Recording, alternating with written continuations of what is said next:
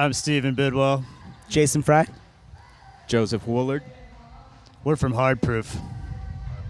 Well, being a 10-piece band is one thing that kind of makes us a little bit different than a lot of the groups around town right now, pointing different influences, 10 different people pointing influences with one kind of singular genre focus, you know?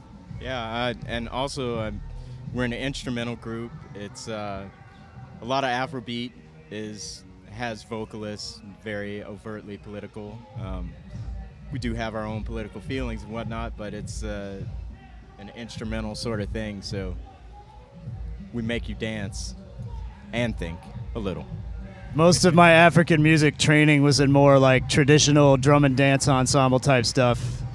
I think in the 90s we all kind of found Fela Kuti, and then we dug a little further. Jason's real into Mulatu Ashteke. Every African country has a ton of different pop and funk music going on. Well, yeah, we've been playing together as a group now for over 5 years, and we've got a lot of different writers in the band.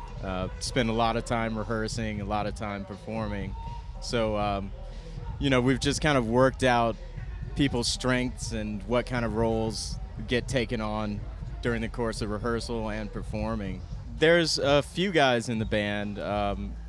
Each of the horn players, me, Jason, and our trumpet player, Derek Phelps, all write a lot of songs, contribute a few songs to the band. Our rhythm section also have written a few songs. There's been at least 7 people who have brought at least one song. So, it adds up very quickly with 10 guys in the band. If everybody writes a song or two, it's pretty easy to get ideas started. But then, of course, we take them to the band, and it becomes a collaboration at that point to actually make it something funky and, Yeah, and with seven different writers, people are bringing the songs to the band differently. Some people have full demos done, and you can listen to it. Some people have everything written out. Some people have it done in the computer. Some people have it on handwritten, so it comes in varying we're levels of finished. We may put out an album of just MIDI demos of all the songs. Well, as you can imagine, touring with 10 people is a very practical pursuit. You got 10 schedules to work with. They're in the horn section. The horn section works with Black Joe Lewis very often, and he tours a lot. So it's really working around people's schedules is the biggest part. We don't have to travel with our own PA, thankfully, so we're pretty self-contained. Still, it's a lot of guys and a lot of gear. We've been recording with an engineer in town. His name is Chris Smith, but everybody calls him Frenchie.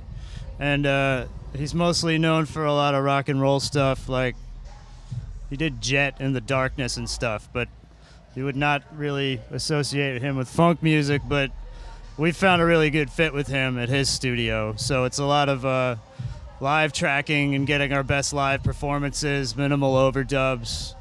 So I think in like 3 weeks we have another weekend booked with him, and hopefully we get to knock out the rest of the LP.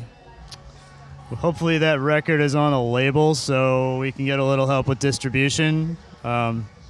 We've done, aside from one single we did on a small Canadian label, everything's been self-released. So a little bit of help with that and a little help with PR would be awesome. Most of us are going a little bit different ways, though, in the next few months. Some of us are having children. Yep, there will be a few children. Don't tell that to any potential labels. Well, we want to tour for months at a time. I don't know what they just said about children.